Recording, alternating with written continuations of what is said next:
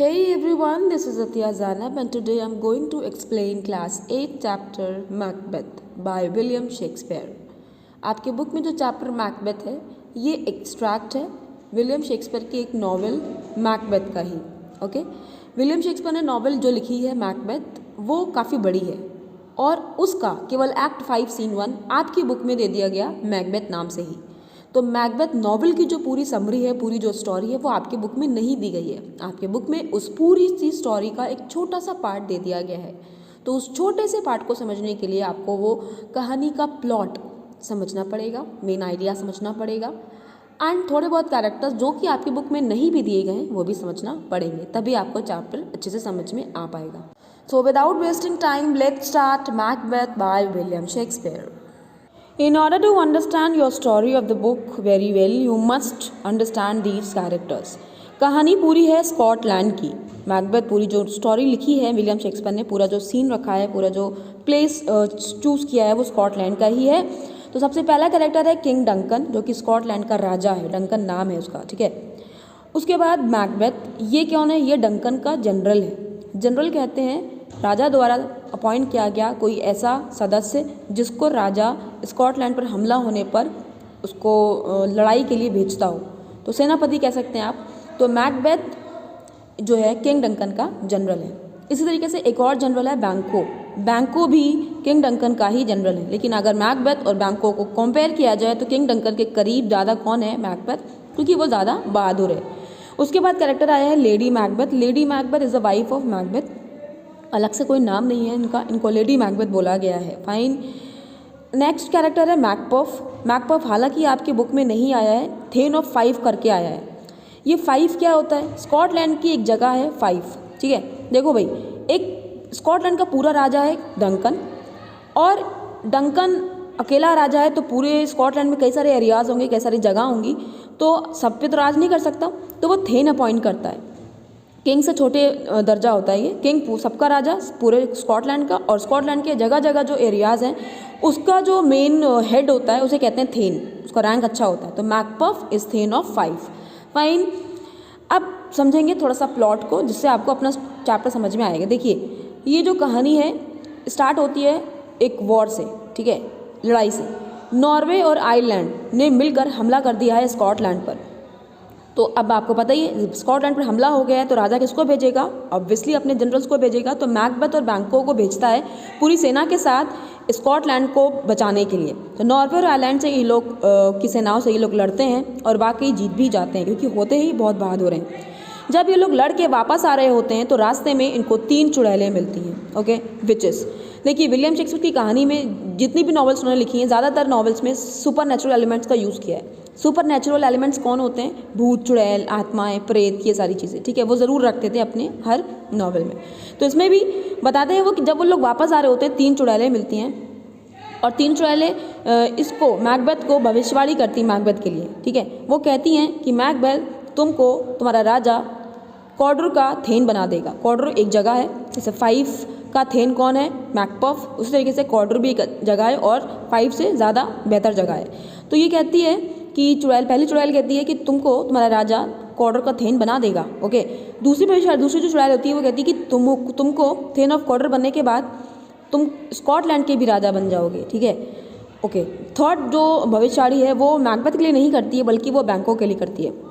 वो ये कहती है कि मैकबेथ तो बन जाएगा स्कॉटलैंड का राजा, लेकिन उसके बाद बैंको, तुम तो नहीं बन पाओगे, लेकिन तुम्हारा बेटा स्कॉटलैंड का राजा ज़रूर बनेगा मैकबेथ के बाद, ठीक है। तो ये तीनों जो है भविष्यवाणी दे चुकी होती हैं। तो ये लोग जब लौटते हैं तो ये लोग अनसुना कर देते हैं, कहते हैं कि ये लोग तो ऐसे ही हैं, ठीक है। लेकिन होता क्या है, जब मैकबेथ को वाकई पता चलता है कि उसके राजा ने उसको कॉर्डर का थेन अपॉइंट कर दिया है, तो वो बड़ा खुश हो जाता है। तो अपनी वाइफ को सारी बातें बताता है। उसकी वाइफ कहती है तुमको थेन ऑफ कॉर्डर तो बना ही दिया गया, इसका मतलब उनकी भविष्यवाणी ठीक है, तो सेकंड भविष्यवाणी भी ठीक होनी चाहिए, तुमको स्कॉटलैंड का राजा भी बनना चाहिए। तो होता ही है कि ये जो लेडी मैकबेथ है ये ज़्यादा खुश है अपने हस्बैंड मैकबेथ से ज़्यादा। ये कहती है मैं क्वीन बन जाऊंगी अगर तुम किंग बन जाओगे। तो ये पूरा टाइम यही सोचा करती है कि किस तरीके से मेरा हस्बैंड जल्द से जल्द स्कॉटलैंड का राजा बन जाए। और एक दिन अपने हस्बैंड से कहती है कि आज तो राजा तुम्हारे घर ही आ रहे हैं, ऐसा क्यों ना करें हम लोग उसको मर्डर कर दें।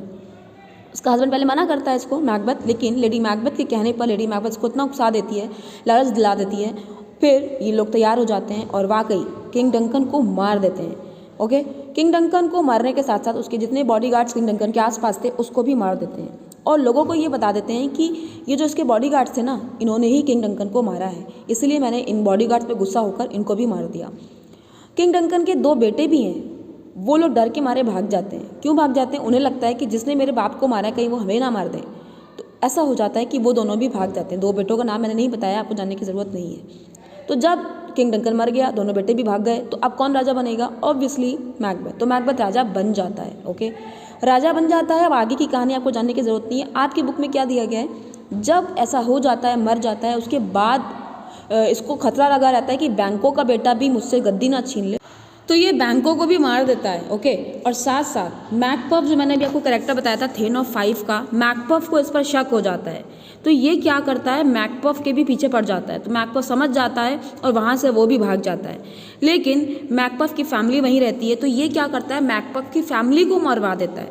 और जब मैकपफ की फैमिली को मरवा देता है तो मैकपफ इसका दुश्मन हो जाता है और लास्ट में आके मैकबेथ को मार दिया जाता है। ठीक है, तो कुल मिला के जब ये मैकबेथ बैंकों को भी मार देता है और मैकपफ की फैमिली को भी मार देता है, तो अब इसकी जो वाइफ है ना लेडी मैकबेथ, इसकी उड़ के आ जाती है। यानी ये बहुत डर के रहने लगती है। इसको लगता है कि मेरे हाथ में अभी भी खून लगा हुआ है इनका और मैंने बहुत बड़ा क्राइम कर दिया है। तो ये पागल सी हो जाती है और सोते में उठ के अपने गिल्ट को कॉन्फेस करने लगती है, अपने आप से ही बात करने लगती है कि मैंने ये क्या कर दिया, मेरे हाथ में जो खून लगा है उसकी जो महक है वो कोई भी परफ्यूम धो नहीं सकता है और मैंने बहुत ही गलत किया है, मेरा बहुत बुरा होगा। तो ये सारी चीज़ें, इतना डर उसके मन में बैठ जाता है उस लेडी मैकबेथ के, तो वो एक्सप्रेस करती है उसको नींद में चलकर। तो उस लेडी मैकबेथ की एक मेड है जिसको जेंटल वुमन बोला गया है आपके बुक में। तो जेंटल वुमन डॉक्टर को बुलाती है, कहती है कि पता नहीं मेरी मालकिन को क्या हो गया है, वो नींद में चल चल के बात करती है कि उसको तो कुछ नहीं पता है कि ऐसा क्या है। ओके, तो वो डॉक्टर को बुलाती है और कहती है कि देखिए इलाज करिए इनका, पता नहीं क्या हो गया कि रात में जो सोते थे उठने लगती हैं ये और बातें करती हैं, बड़बड़ाती हैं, फिर जाके सो जाती हैं। तो डॉक्टर और जेंटल वुमन दोनों छुप कर इसको वॉच करते हैं कि लेडी मैकबेथ को हो क्या गया है। और यही सीन एक्ट 5 सीन 1 है ये, जो कि आपके बुक में दिया गया है कि कैसे वो डॉक्टर और जेंटल वुमन छुप कर उसको वॉच करते हैं। क्यों वॉच कर रहे हैं? ताकि वो ये देख पाएँ कि लेडी मैकबेथ को क्या हुआ है। आई विश आपको यहाँ तक समझ में आ गया होगा। चलिए अब स्टार्ट करते हैं एक्सप्लेनेशन। विलियम शेक्सपियर अपने सारे प्लेस को परफॉर्म करवाते थे, तो ये पूरा जो प्ले वगैरह है वहीं पर परफॉर्म किए जाते थे, बाद में इसको पब्लिश किया जाता था। तो जो सीन 1 ब्रैकेट में करके आपको दिया जाता है वो बताया जा रहा है कि उन्होंने स्टेज पे क्या क्या करवाया था। ठीक है, क्या क्या सीन था, कैसा सीन था। तो भाई सीन जो है वो एक पूरा किले का है, यानी जिसमें लेडी मैकबेथ, अब वही किंग ऑफ स्कॉटलैंड है तो बढ़िया से किले में ही रहता होगा। और उस स्टेज पर लेफ्ट साइड पर डोरवे दिखाया जा रहा है, यानी जहाँ से लेडी मैकबेथ आएगी, यानी अंदर उसका कमरा है, वो बाहर आएगी अपने कमरे से। और ये दोनों वेट कर रहे हैं खड़े होकर, कौन? जेंटल वुमन और डॉक्टर। क्यों वेट कर रहे हैं? ताकि कुछ देख पाएँ कि हरकत कर क्या रही है। ठीक है, और उस डोरवे के बगल में एक खिड़की लगी हुई है और उस खिड़की पे थिक कर्टेन्स, मोटे मोटे पर्दे डले हुए हैं।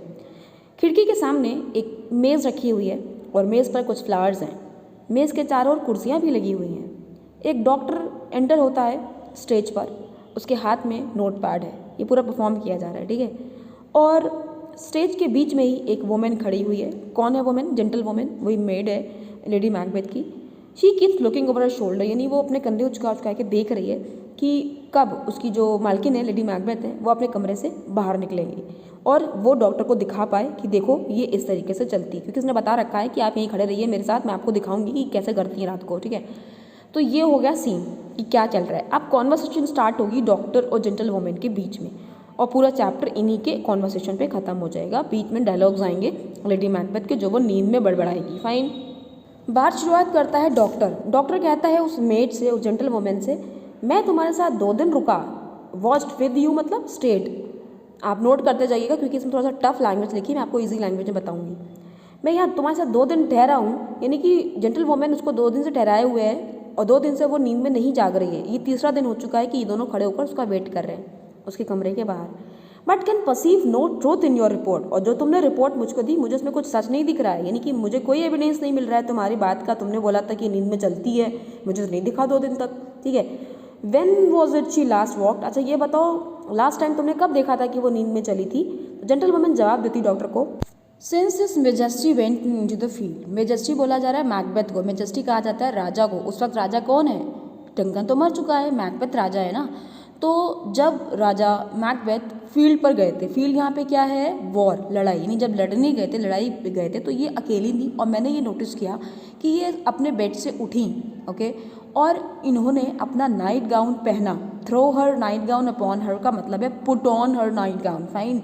तो उन्होंने अपना नाइट गाउन अपने ऊपर पहना, अनलॉक हर क्लोजेट, यानी अपनी जो अलमारी थी, क्लोजेट मतलब अलमारी, उसको अनलॉक किया यानी कि खोला, और उसमें से कुछ पेपर बाहर निकाला, फोल्ड किया और उस पर कुछ लिखा अपॉन इट, ओके, एंड उसके बाद उसको सील कर दिया। और सील करने के बाद दोबारा से वो बेड पर जाके सो गई। और आपको पता है ये सारा काम उन्होंने कैसे किया, सब कुछ उन्होंने सोते में किया, फास्टली, बहुत गहरी नींद में थी वो, तब उन्होंने ये सारा काम किया। A great perturbation in nature, perturbation कहते हैं गड़बड़ी को, डिस्टर्बेंस को।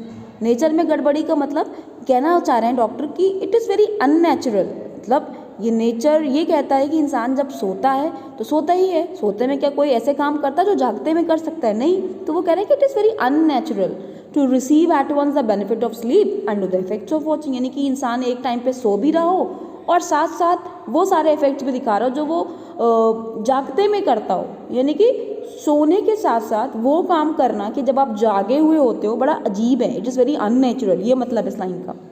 इन दिस स्लम्बरी एजिटेशन, स्लम्बरी एजिटेशन मतलब जो ये उसकी बड़ी गड़बड़ वाली जो स्टेट चल रही है स्लीपलेसनेस की, यानी कि वो सोते में ही सब काम कर रही है, तो इसमें जब वो चल रही है एंड अदर एक्चुअल परफॉर्मेंसेस कर रही है, अलग एक्टिविटीज़ कर रही है, दूसरी एक्टिविटी जैसे कि वो कुछ लिख रही है, उसको पढ़ रही है, रख रही है, अपना गाउन पहन रही है, तो ये जितनी भी एक्टिविटीज़ वो कर रही है, तो मुझे ये बताओ जेंटलवुमन कि क्या इन एक्टिविटीज़ के साथ साथ वो कुछ बात भी करती है, तुमने कभी उसको कुछ बोलते हुए सुना। तो जेंटलवुमन जवाब देती है, that sir which I will not report after, यानी कि वो इतनी फेथफुल है अपने मालकिन के प्रति, वो कह रही है कि मैं वो सब तो नहीं बता सकती जो वो बोलती हैं, मैंने हाँ सुना तो है उसको बोलते वक्त, लेकिन वो बड़ा अजीब बोलती है, लेकिन मैं आपको नहीं बता सकती, I can not reveal her secrets, okay.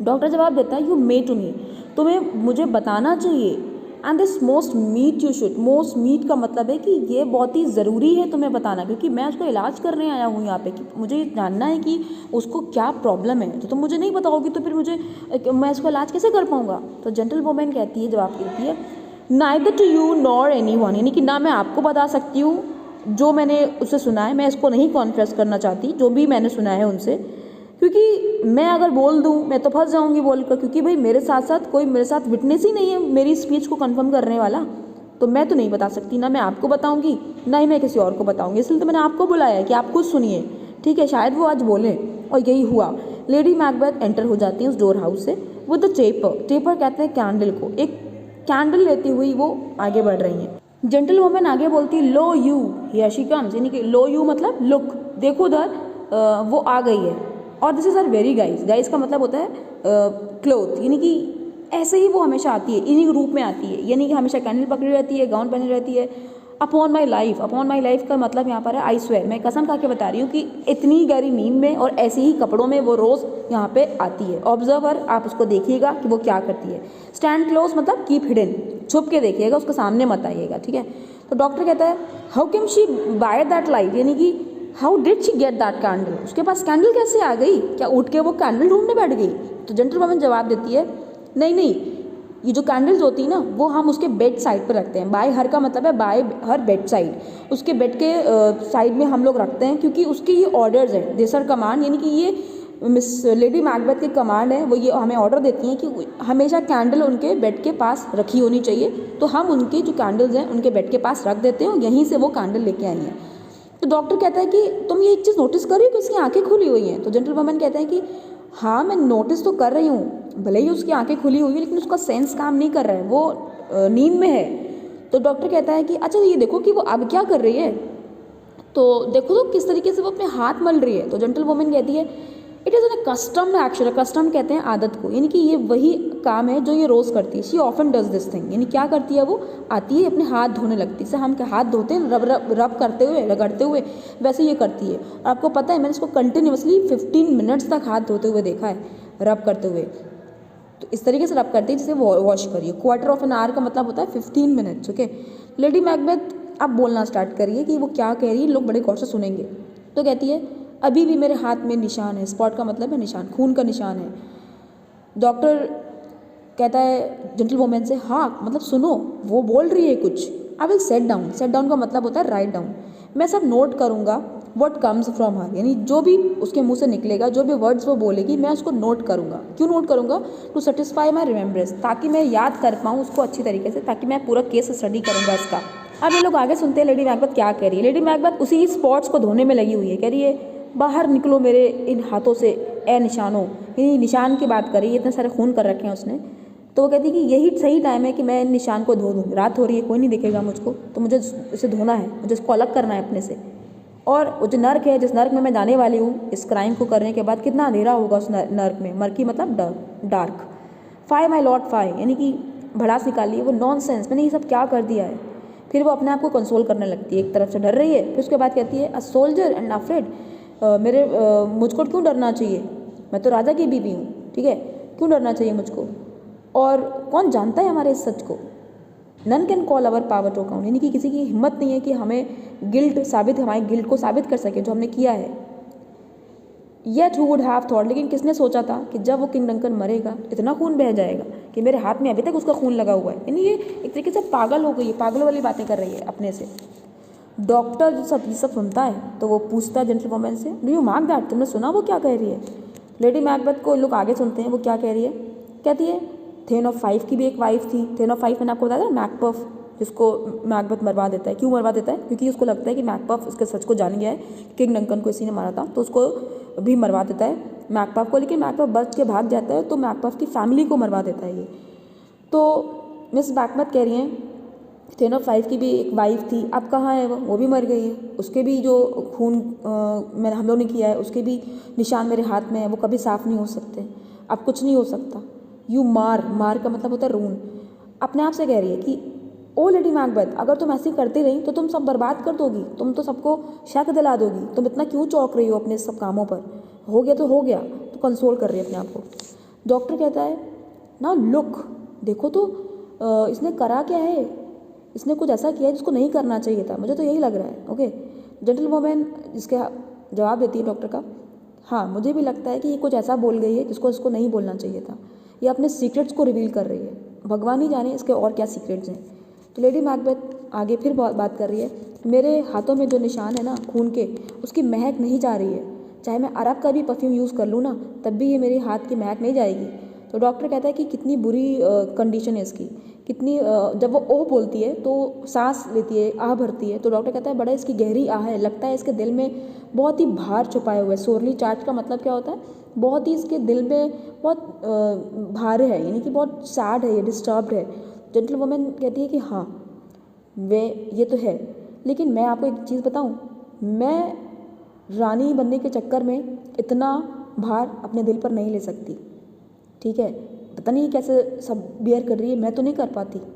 तो डॉक्टर जवाब देता है वेल कर ही रहा है कि बीच में जेंटल वुमेन बात काट के बोलने लगती है, pray God it be sir, यानी कि भगवान से दुआ करो कि जो वो कह रही है वो उसी तक रहे और आगे बात ना जाए, यानी कि वो फेथफुल अभी भी बनी हुई है। तो डॉक्टर कहता है कि जो बीमारी इसको लगी हुई है ना, इज़ बियॉन्ड माई प्रैक्टिस, यानी कि मेरी मेडिकल स्किल्स से बाहर है, मैं कुछ नहीं कर सकता हूँ, ठीक है। मैंने बहुत लोगों को देखा है जो नींद में चलते हैं, but who have died holily in their beds. Holily मतलब पवित्र, यानी उन्होंने कोई गिल्ट नहीं किया होता है, बस उनको आदत होती है नींद में चलने की। इसका तो मामला कुछ अलग ही है, कुछ उसने गलत काम कर रखे हैं।